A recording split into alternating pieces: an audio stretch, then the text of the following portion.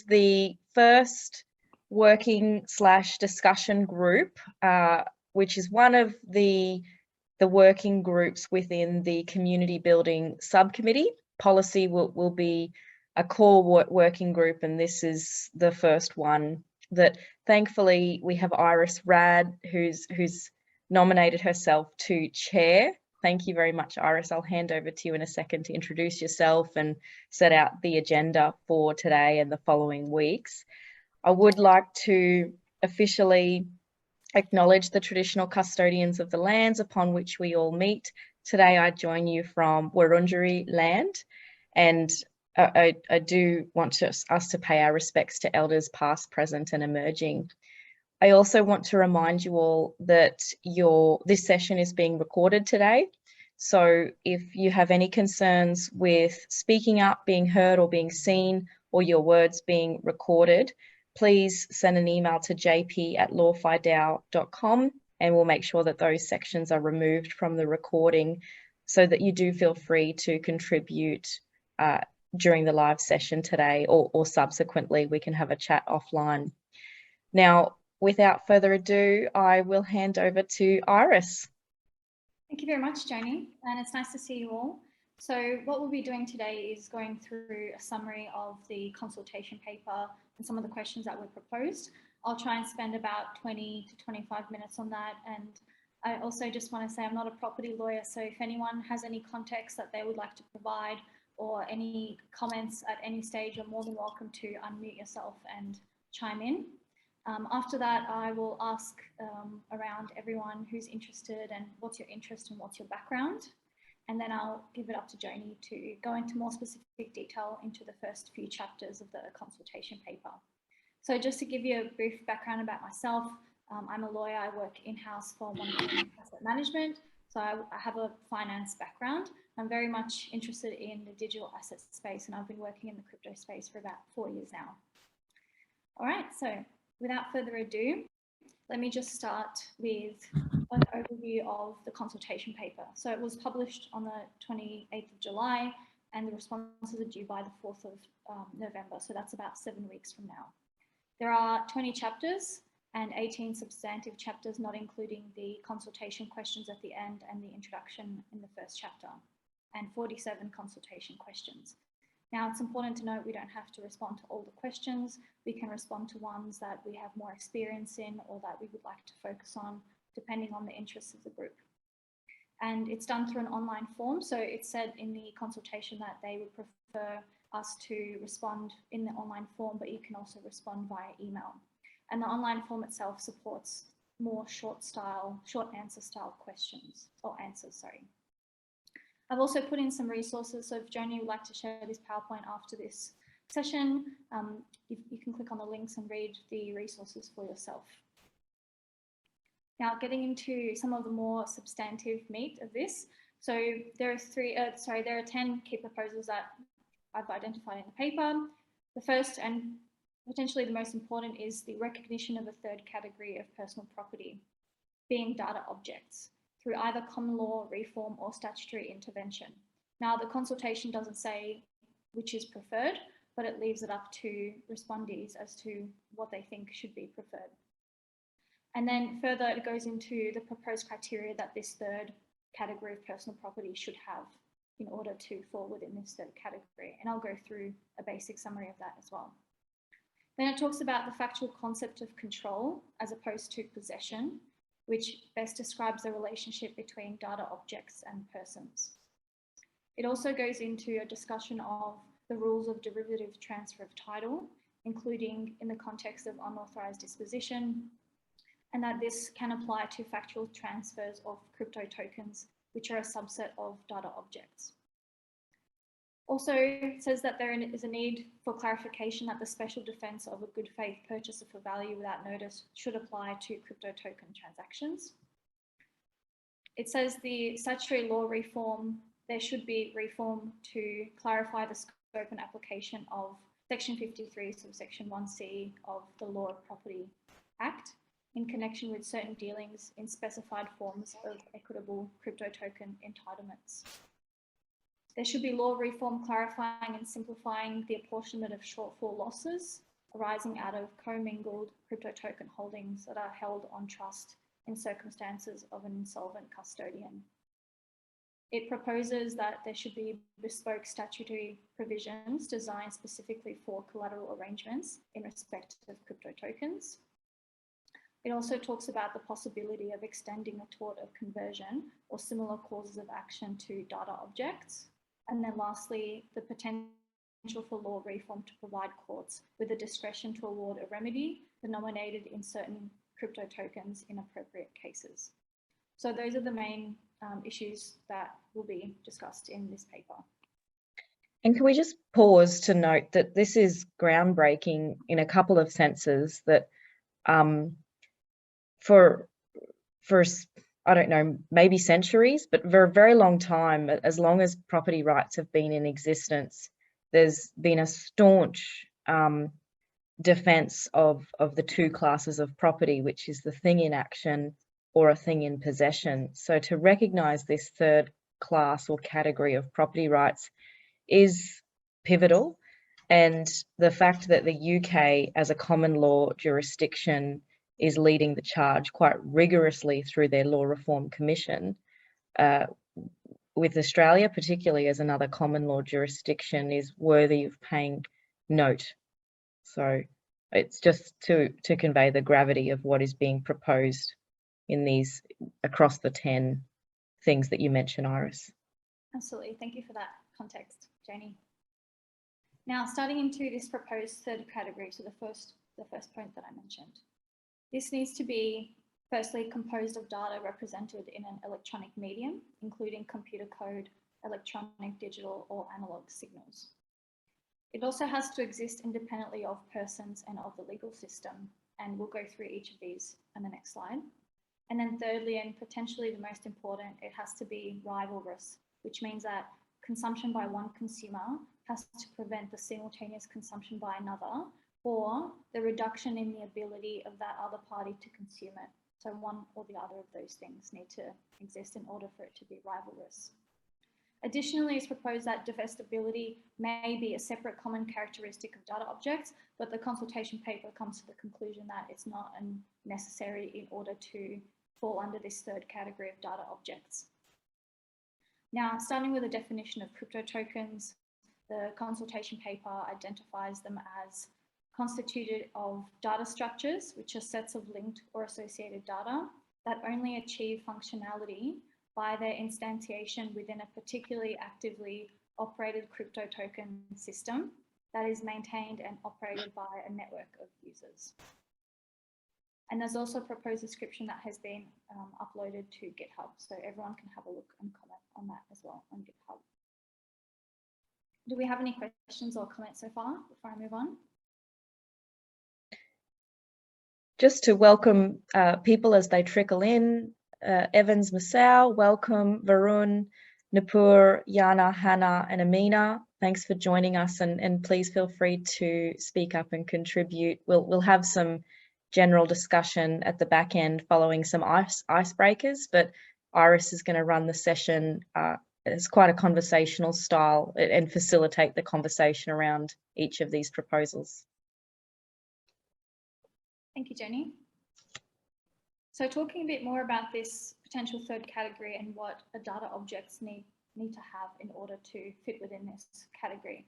So I mentioned has to be represented in an electronic medium. This is, of course, distinguishable from things in possession, as Jenny mentioned, so not tangible physical objects.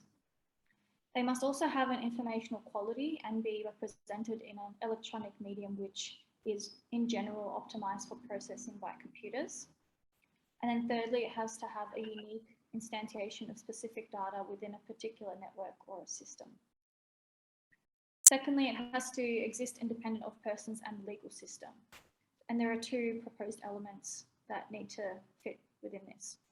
So firstly, it excludes things that are not independent of persons. So for example, friendship, thoughts, even though they are intangible things, they are not considered to be independent of persons. And then the second element is it includes things in action, as Joni mentioned, which exist and can be extinguished by the application of legal rules. So for example, intellectual property rights. So even though these are not These are not tangible things. They don't exist independent of either persons or the legal system. And then thirdly, I mentioned rivalrousness. The use of the resource by one person necessarily prejudices the ability of the other to make an equivalent use of it at the same time. And again, that is key. There's also a discussion about the interplay between rivalrousness and excludability of an object of property rights. But it is proposed that the element is rivalrousness, not excludability. Yeah, so let's just break that down for a second and go back to even the proposed definition of crypto tokens on the previous slide. Thank you. The UK Law Commission has proposed the word data object, and you know, there's a lot of good qualities about that phrase, but when we talk about property rights, again, I'm not an expert property lawyer either, but you tend to pick up this terminology that something is an object of property rights, and so to say that something is an object of a data object seems a bit confusing to me. And so when you go back to this definition of a crypto token, if we're trying to fit that as an item or a data object, it seems more appropriate to me to describe something as what they're trying to bring out, the data structure that exists within a network or a system that is maintained by a network. And that's the fact that it's maintained by a network is why it's not necessarily a thing in action. Because if we talk about Bitcoin, the token rather than Bitcoin, the protocol, this is supposed to draw out how it is independent of the legal system. There's no law that recognizes the Bitcoin protocol or the Bitcoin network as its own clear legal entity yet. Therefore, if something goes wrong, we don't have a counterparty to sue. The question is, do we sue the miner that validated the particular block in which a transaction might have been processed that stole our Bitcoin, for example? And so the fact that it is a data object and meets the 3 criteria on the next slide, I'm not sure is enough with respect to tokens or to describe it accurately. So if and when we do see the detail of if data object is the umbrella term and then crypto token is a particular subset, that network concept and being maintained by a network will be really important when you've got the Bitcoin blockchain and the Ethereum blockchain in the back of your mind, for example. So, and Joni, wouldn't a lot of you know, Web 2 or traditional data structures and ways of that plays out over a network get caught under these definitions? They do spend a lot of time going through different types of digital assets, including domain names, email accounts. There's quite a list of 6 or 7 things. And the UK Law Commission spends quite some time going through the proposed 3 elements. But with a number of them, they fall down because in the case of email accounts, there are terms and conditions which mean that there's a counterparty. So your rights in relation to the email account, they subsist in relation to the counterparty, whether that be Google or somebody else, and it is not maintained by a network. So it wouldn't fit within that 3rd class of property rights. But what this paper doesn't do, probably because it's sourced from the UK, it doesn't go down into consumer data rights, which is what Australia has really led the way on. And I'm glad to see we've got Hannah on the call here. So Hannah, if you're in a position to talk and if you're across some of these materials, I would love your perspective, because defining a data object, there's no discussion that I've seen yet, and I'm not through all of the pages, that goes to, even though an email account may not be a data object because it's already a thing in action, the underlying data and the composability and extractability of that data into other tokens, such as NFT reputations and so forth, that's still not really dealt with adequately.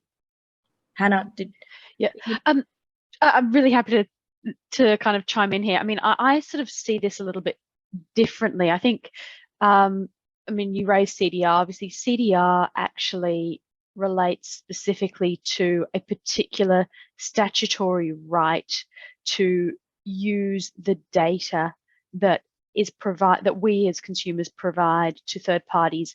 Currently, that obviously has been implemented in the banking sector, has already been implemented in energy, and telco is next, and there are others which will apply to. That's quite different to property rights though, because what that is that's a right set out in statute that is provided to the consumer to actually use your information in a particular way, and it sets out certain obligations on the part of the data holder in relation to the person to whom the data relates. That's also data which isn't rivalrous. And it's quite an important feature, I think, because this is really what is kind of the beauty of sort of information and data on blockchain-based systems is obviously the ability to say, once you hold something, you can exclude others from holding that same thing. Whereas, you know, talking about emails, it's pretty easy to say, well, I've got an email in my email account. I can send it around to everyone on this call, and we all have a copy of the exact same data. There might be some slight differences in some of the metadata because of what's sent, but ultimately we all kind of have the same information. I think what the way that I was reading this is when we're talking about property rights, it's not about the actual object itself.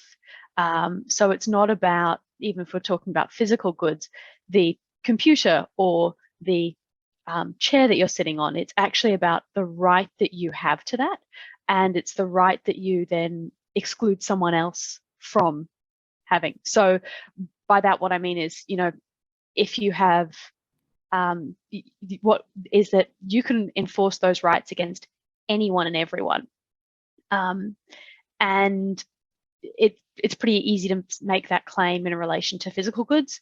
Shows in action, that comes out partially out of statute in relation to what they actually are. Here, what they're trying to do is say information which typically we've said can be replicated and provided to anyone and everyone as many times as you would like, subject to whatever technological restrictions are placed on that. But generally speaking, there is no ability to prevent it from being passed on.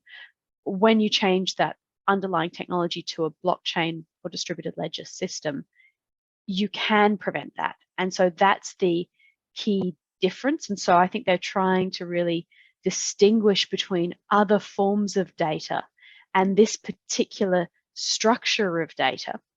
And because of that change in the structure, it means that you can exclude others. And I think that's kind of where they're getting to, and why it's such a sort of, it's a bit of a finicky concept, but I think is really, that goes to the heart of this, of what they're trying to do. I think that there are arguments that you might be able to say we could get there similarly under common law, looking at other rights, but I think this is quite a neat way of describing it.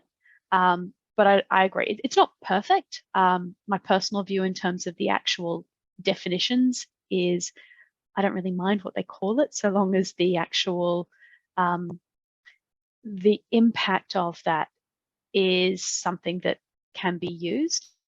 I think when we're looking at, though, say an NFT of something else,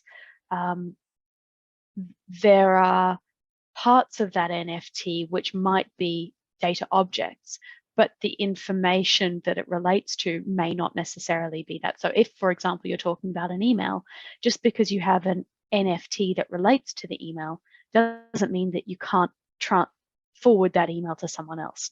And I think they're trying to be careful to make sure that you still have that ability to forward the email to someone else, depending on whatever rights have been provided. And obviously in relation to property rights, it's just one category of rights. There's also contractual rights. And I think they're trying to make sure that we don't prevent people from providing contractual rights in relation to property, as we do anyway. So think about it as you have a contract to buy the chair that you might have sat on. And you need to be able to actually combine those two. So I think that's where they're trying to get to. Well, that's kind of my view from the high level reading I've had, because I must admit I have been going through it, but haven't managed to annotate all 550 pages just yet. Yeah, it's its own textbook, isn't it? But Ben, Yeah. does that go to your question? I mean, the trying to understand whether to interact with more Web 2 versus Web 3 products to know your property rights. Is that making sense, or is it still too esoteric, lawyery? Yeah. No, I'm following along. I think like all these things, you got to kind of lay out a number of examples, don't you, about how you get stuff to carve in and carve out. But it feels like this rivalness is the sort of real key distinction here. And I was just thinking through use cases of, with NFT, you can right click save as the image, of course, but that's just the representation there. It's not changing the actual ownership by doing it. So I guess they're just trying to think through use cases here about how things get carved out. So I get the overall intent. All right, well, we will play out and flesh out a number of these concepts in the following sessions, but Iris, we'll go back to you to keep moving through the overview. Absolutely, yeah. Thank you, Hannah and Ben, also for your additions. I agree with what Hannah was saying, that I think the paper aims to distinguish between other types of data. And I think perhaps the element of divestibility, even though it's not proposed as an essential element in order for it to be a data object, I think that's key as well.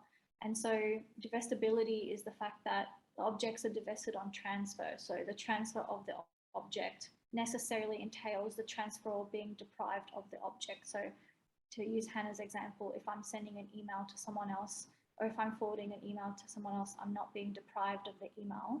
I'm just duplicating it and sending it to someone else. And there are two proposed components of divestibility. So the thing has to be capable of being removed from the transferor. So in this instance, the email wouldn't be capable of being removed. And the thing has to be fully removed from the transferor because it has an intrinsic limit on its capacity to be used in the same way by more than one person at the same time. I think this concept applies to cryptocurrency very well.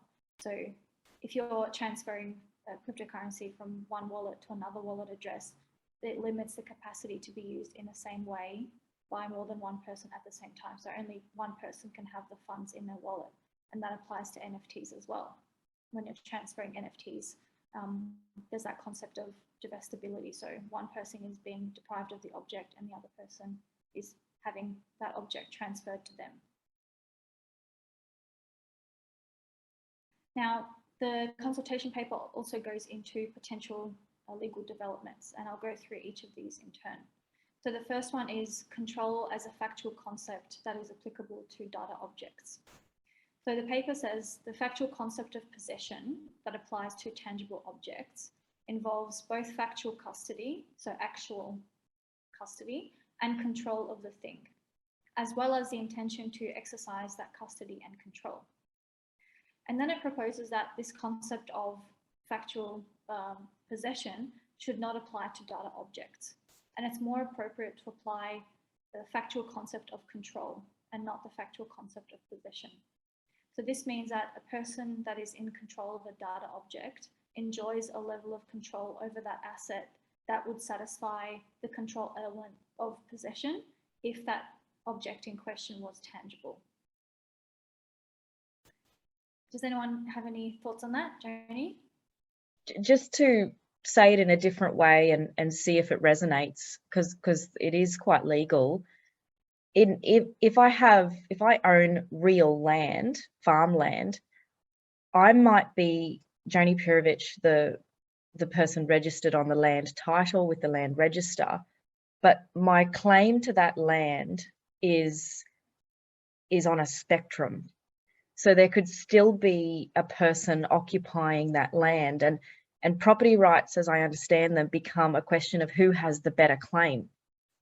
And that's where they're trying to roughly analogize that if a Bitcoin were a tangible thing, who would have the better right to all or part of it?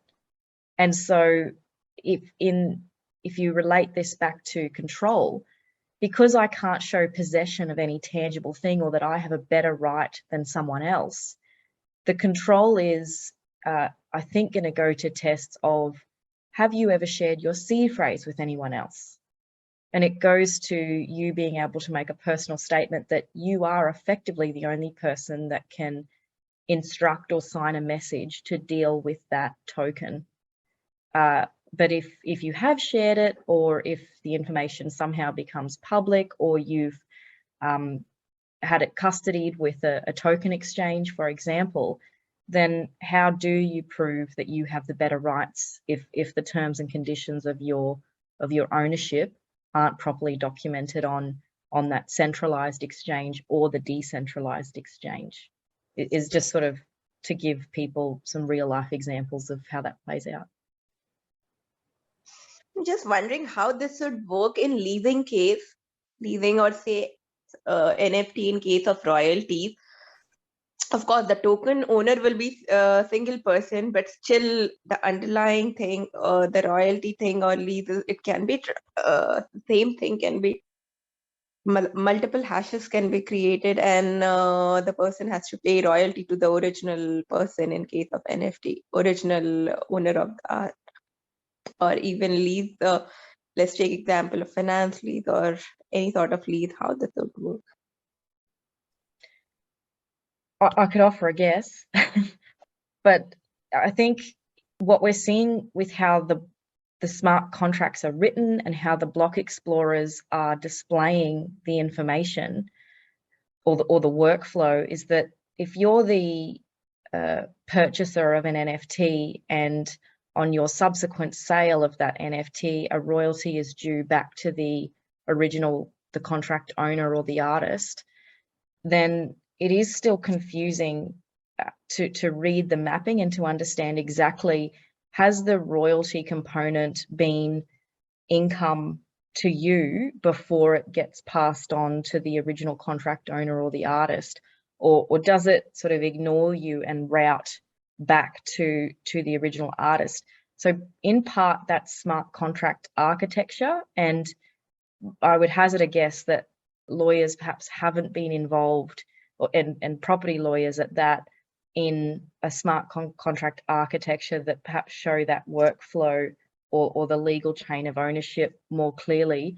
But I do understand with a few of the crypto tax calculator softwares which are trying to aggregate the information and present it in a clear form, depending on the block explorer and the level of maturity of the block explorer, it's quite a messy position at the moment. So the determination of control as this factual concept will rely on the integrity and the readability of the data that we're able to obtain. And I think that that's a work in progress too.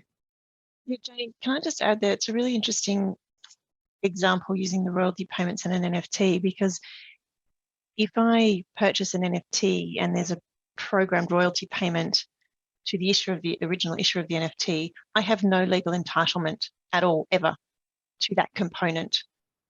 So from an entitlement perspective, it was never mine. The proportion of the purchase price was never mine to have.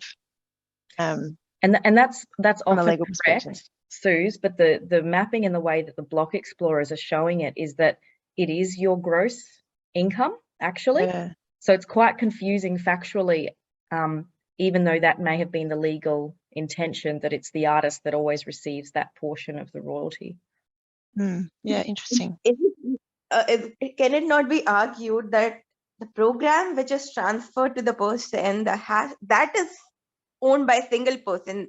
Okay, the underlying art you can transfer and get royalty, and you have to pay to the original owner. Then you will create a separate smart contract for it. But the smart contract that is transferred to the person is not immutable. Yeah, I think it's a really good case study, Nipur. And so if we get to writing down some further example case studies for the UK Law Commission to consider, this is a really good one, what you're drawing out and what Suze is drawing out. Iris, did you want to keep moving? Absolutely, yes. So there are a few slides to go. I'll try and finish so that we can have time to have a chat at the end. And thank you for that, Nicole. That was very interesting. I've noted that down. So going on to factual transfers of crypto tokens, we've discussed this a little bit already.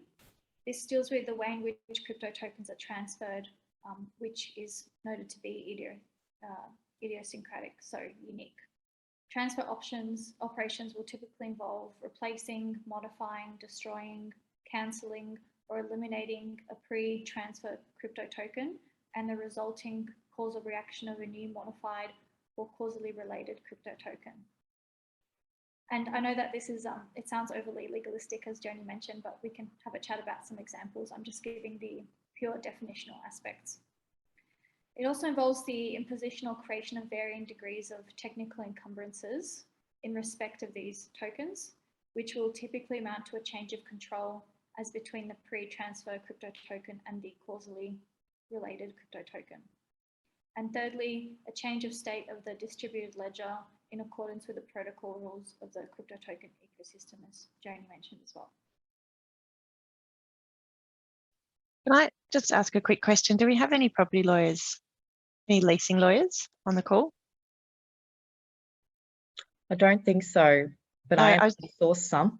Because I think, is it not the case that if you amend a lease, you're actually cancelling the underlying lease and reissuing a new one? I'd just be interested in a conversation I can pick up another day, but I'm just interested in that analogy as well.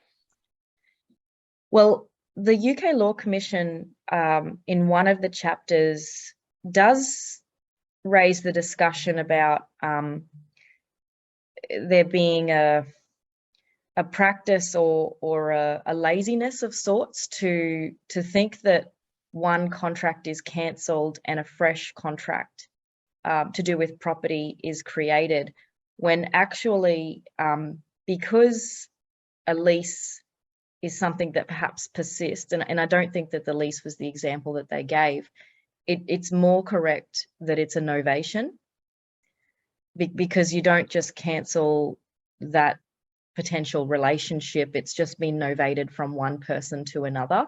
But perhaps the lessor is the intermediary in that case of looking at it. Now, forgive me, I forget the actual that's example. certainly the case in, yeah, look, that's certainly that's certainly the case for leases and subleases, but I think there's something around registration, the way that, and it might be a real property thing, in terms of the specifics of registering certain leases on title. And it could go to your point before, Joni, about the validity of property rights in the context of real property. It's all about your indefeasible title to the world and how those the registers of title operate. But it's not my area, so I'll speak to someone who knows more about it and come back if it's a thing. One additional question, the other challenge which I noticed is that when you execute a smart contract, it's the name of the brand that goes that, okay, Nike owns this land, not the legal entity per se in the smart contract. Many people doesn't even mention the legal entity name. And then what happens to that? I was discussing yesterday also this point, that it's better to, there is a option in smart contract, because I was coding some smart contract and saw that there is an option to upload physical contracts also. Like you can take a photograph and attach that with a legal contract. So it's always better to have a legal contract, like photo of the physical contract or e-copy along with the smart contract to get things moving. Because now when you see the contract term, is that you don't know which is the legal entity.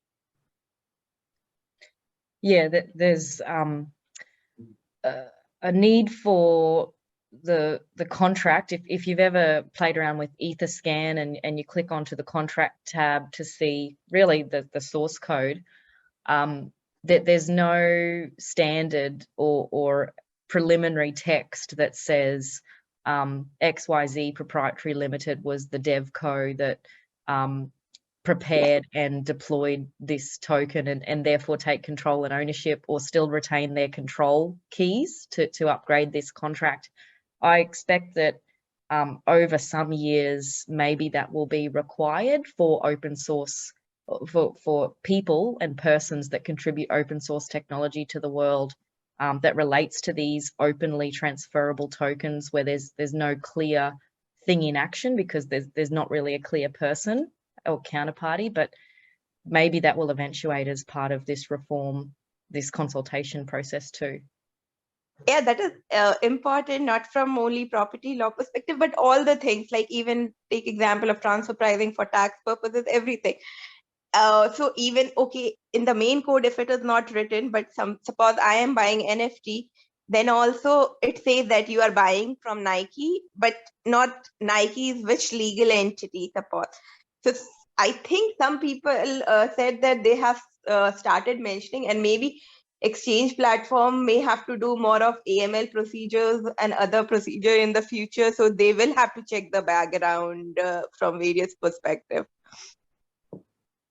Yeah, agree. I think let's put that down in the agenda, Iris, to really tear apart in some of the subsequent sessions. Absolutely. Good point, Napur. Thank you for that. Now, legal transfer of crypto tokens and the special defense of good faith purchaser for value without notice. Noting that we have about 20 minutes left, I'm not sure if I have time to get through all the slides, but perhaps we can go to the final 1 or 2 slides if there's no time to have a discussion. And Joni, please jump in if you have any suggestions. So, legal title and the state of the distributed ledger or the structured record. The state of the crypto token system merely records the factual situation and is distinct from the participant's legal title to any particular crypto token. And acquisition of title. The existing rules on derivative transfers of titles, it's been said that they can apply to crypto tokens, notwithstanding that a transfer affects a state of change that will typically result in, as we mentioned previously, the causal creation of a new, modified or causally related crypto token. This is a minefield, and we will have to tear this apart. The legal title and the state of the distributed ledger as merely the factual record played out in the Ethereum Classic hard fork, where in that case you've now got 2 parallel chains, but the community consensus was that what we know as the post hard fork Ethereum blockchain record, that was effectively the correct legal record, which instantiated the contractual remedy of rectification to put all of the token holders that suffered the harm of the DAO attack back to the position before the DAO attack, whereas the Ethereum Classic blockchain ledger record recorded factually and from the perspective of that blockchain that the attacker was the rightful owner of all of the stolen ETH, which then became subsequently recognized as ETC. So this dot point doesn't go far enough to deal with this idiosyncrasy of a hard fork to instill the normal contractual remedy of rectification of the parties that suffered harm. So we'll get into that. Yeah, definitely. I have to say the slides don't do it justice. There's a level of detail here that's not able to be, unfortunately, presented. And with that, Joni, perhaps we should open up to discussion, just noting that there's not much time left. Yeah, let's do that. We wanted to give each person an opportunity to introduce themselves. The 1 minute intro, who are you, what's your experience, and why are you interested in being involved in this UK Law Commission? So just because everybody probably sees themselves on the gallery screen differently, I might point. and so Varun, you're at the top left of my screen if you'd like to go first.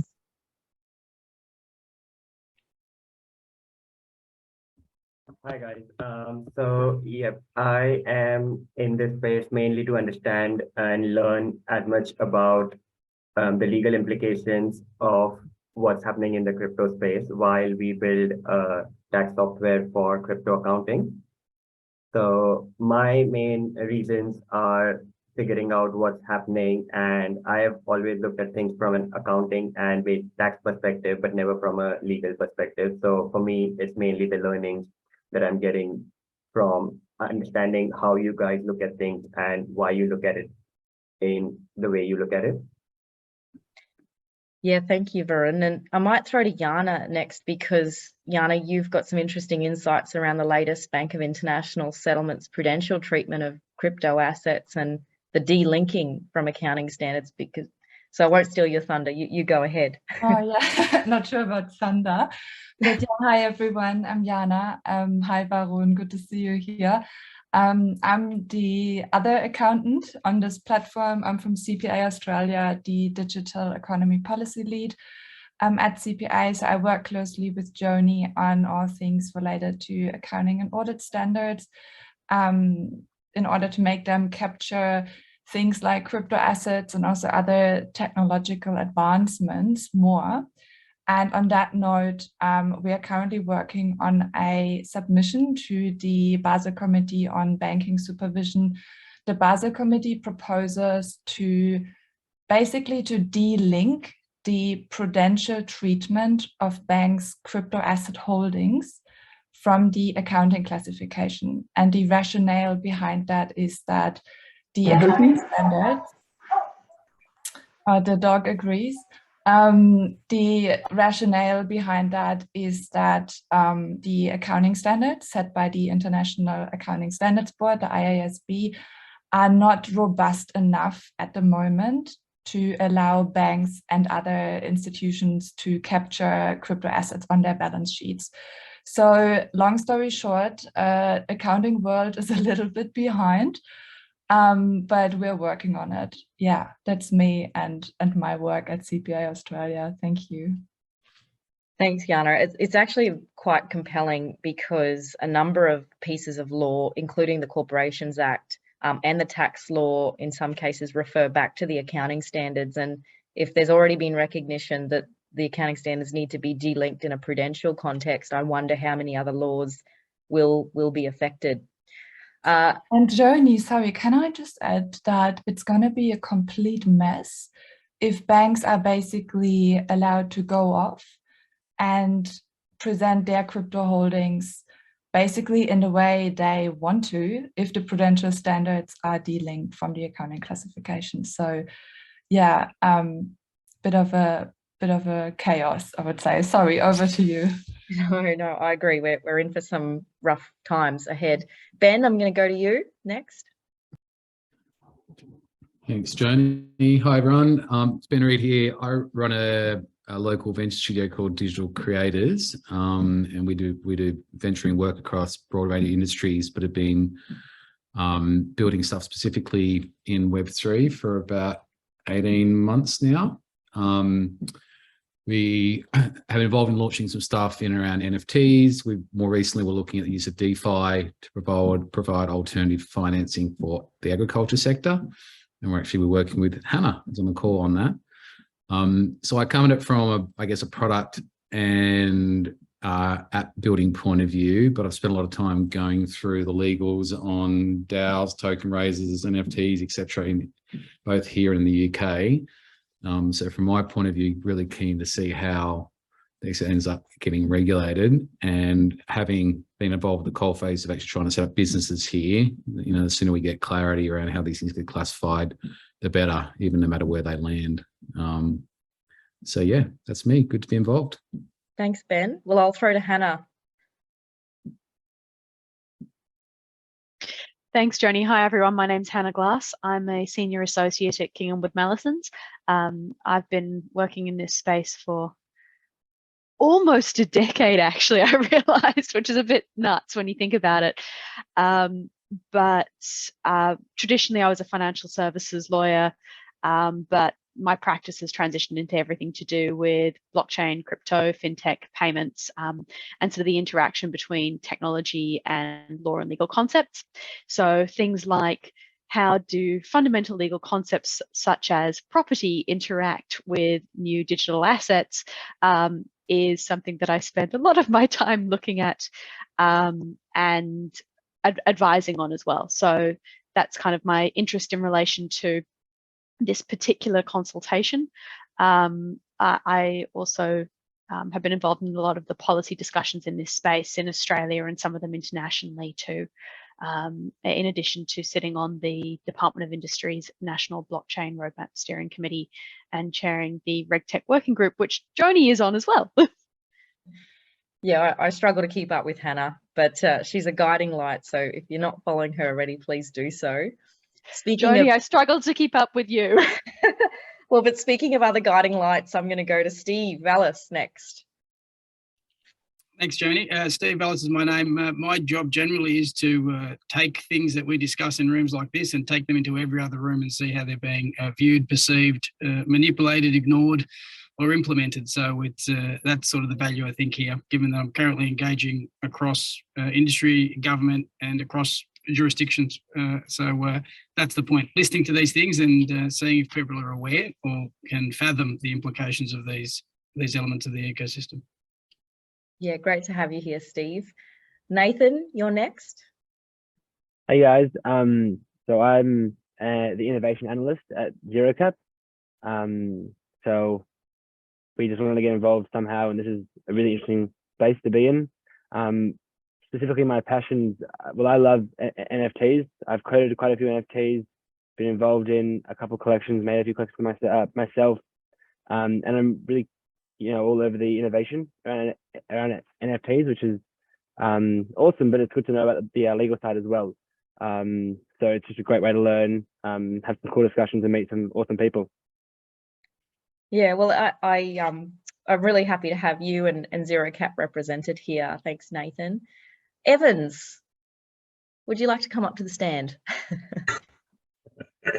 I will. Hi everyone, my name is Evans. I'm legal counsel at Costa Group, which is far from technology, as you'd say. We do a lot of agriculture and horticulture, but we are increasingly seeing a lot of data being generated from our farms and also through robotics that we utilize.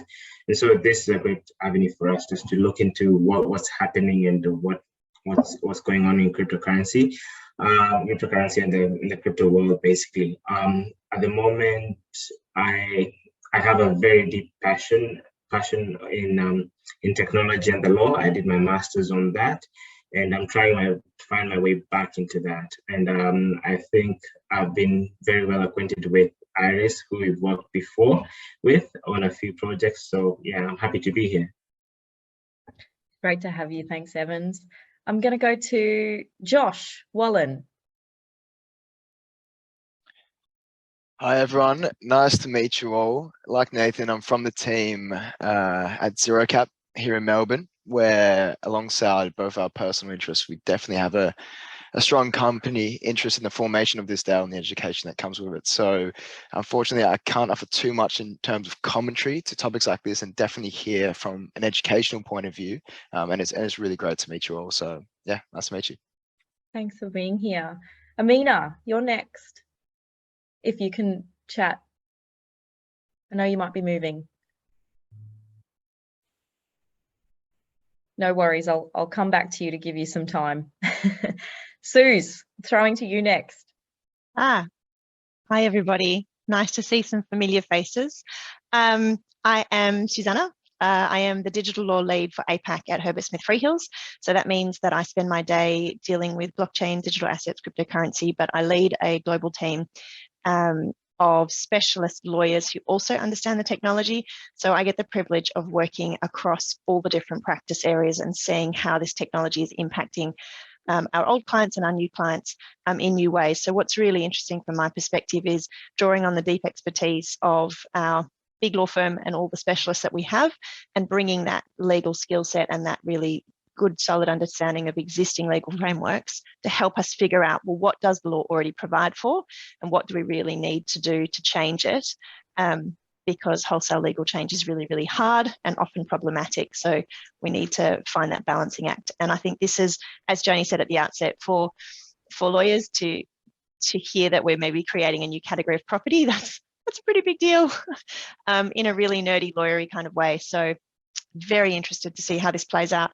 I also have a couple of other different roles. I chair the Digital Commerce Committee for the Law Council of Australia. So I get to work with a lot of other lawyers through that platform as well. And it's safe to say that whatever the Commission does out of the UK or England and Wales will absolutely be instructive and formative for what we end up doing here in Australia in terms of law reform. And we've spoken to Sarah Green a couple of times through the various consultations that they've done in the past to have a particular interest in smart legal contracts and where they will end up as their own form of data object if they do. So for me, there's lots of different moving parts, but this is a really, really important one. So absolutely thrilled to be here. Thrilled to have you. And last but not least, Nupur. Hi, I have been researching on the topic from an interdisciplinary perspective from quite some time, and even delving down more into Solidity coding and the Hyperledger coding, because I wanted to quote some use cases, and that's why I am here. Though professionally I specialize more into taxes, but I have done studies in all of various fields of finance, accounting, law side. So yeah, that's how I am. No, it's great. I think we've got a broad mix of expertise here, and hopefully we can lure one or two property lawyers if we're lucky too. So Iris, with the few minutes we have left, did you want to take everybody through even, we may not have time to go through the rest of the slides, but even just a rough structure of, is it a chapter per week, just to guide anybody's preparation for the upcoming sessions, knowing that they don't need to attend all of them. They will be recorded and they can jump in and out as your schedule permits. Of course, thank you, Jenny. So there are about 7 weeks left until this consultation is due. So 4th of November is when it's due. We could take it a couple of chapters a week. I'm open to suggestions. Of course, the sessions will be recorded. So if there's a couple that you can't attend, then that's no problem. You can catch up in your own time. Perhaps next week we can talk a bit more detail. So in addition to going through a couple of the first chapters, perhaps we can start with chapter 2. We can also talk about how we want to structure our response. And potentially if there are groups or subgroups of people who would like to work on specific questions, you can potentially break off into groups and also spend time doing that as well and come back and yeah, open to suggestions for sure. It's a question for me. So I was just going to say, a question about the Board of Taxation review as well at the moment, and sort of any intersecting conversations we should or shouldn't be having whilst we observe what's coming out of the UK. Yeah, I've had a call with them yesterday morning, and they have had regard to the UK Law Commission's consultation paper.